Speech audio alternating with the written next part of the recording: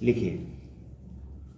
उपाध्यक्ष महोदय, तब उन लोगों को कुछ आशा हुई कि हम लोग भी उसी तरह चल सकते हैं जिस तरह से पहले चल रहे थे, लेकिन अभी हाल में जो चुनाव हुआ उससे देश के धनिकों के मन में बड़ा संदेह पैदा हुआ कि इस चुनाव के बाद उनकी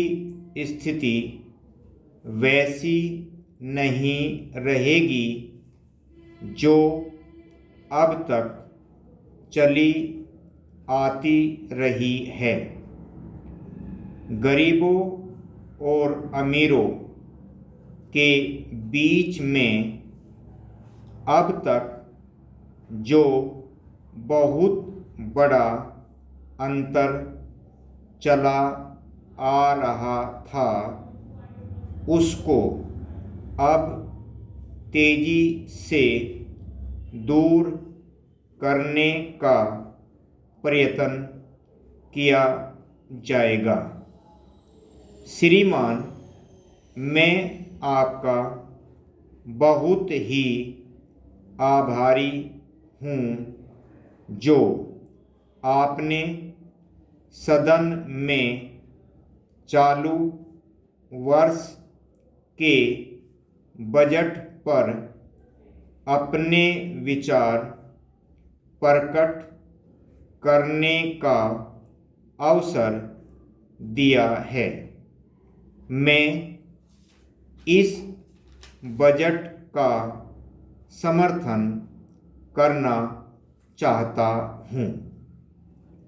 श्रीमान, मैं सबसे पहले अपने दल के नेता प्रधानमंत्री को इस बात के लिए बधाई देना चाहता हूँ कि उनके नेतृत्व में देश में कांग्रेस दल को स्पष्ट बहुमत मिला और इसके फलस्वरूप यहाँ पर केंद्र में एक ऐसी सरकार का गठन हुआ जो कि देश में वास्तव में समाजवाद लाना चाहती है।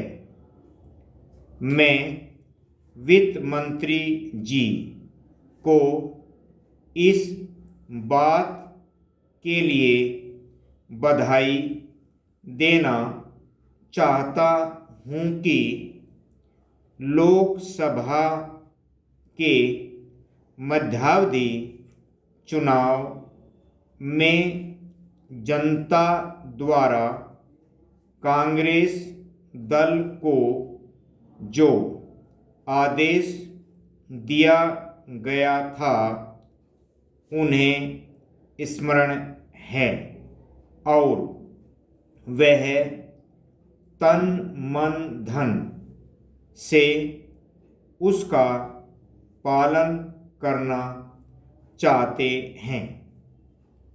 वह आदेश था देश में सामाजिक और आर्थिक विषमता दूर करने का, देश से गरीबी, बेकारी और बेरोजगारी को हटाने का और देश के जो पिछड़े हुए हिस्से हैं उनका पूरा विकास करने का।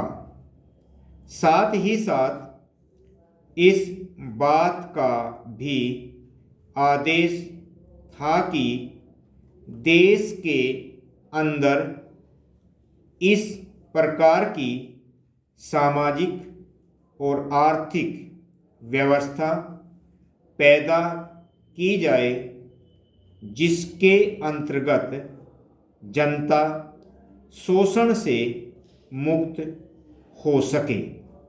श्रीमान, यह ठीक है कि देश में कृषि के क्षेत्र में उत्पादन में वृद्धि हुई है, परंतु इसके साथ ही साथ यह भी दृष्टि में रखना चाहिए कि लागत में भी पूरी वृद्धि हुई है।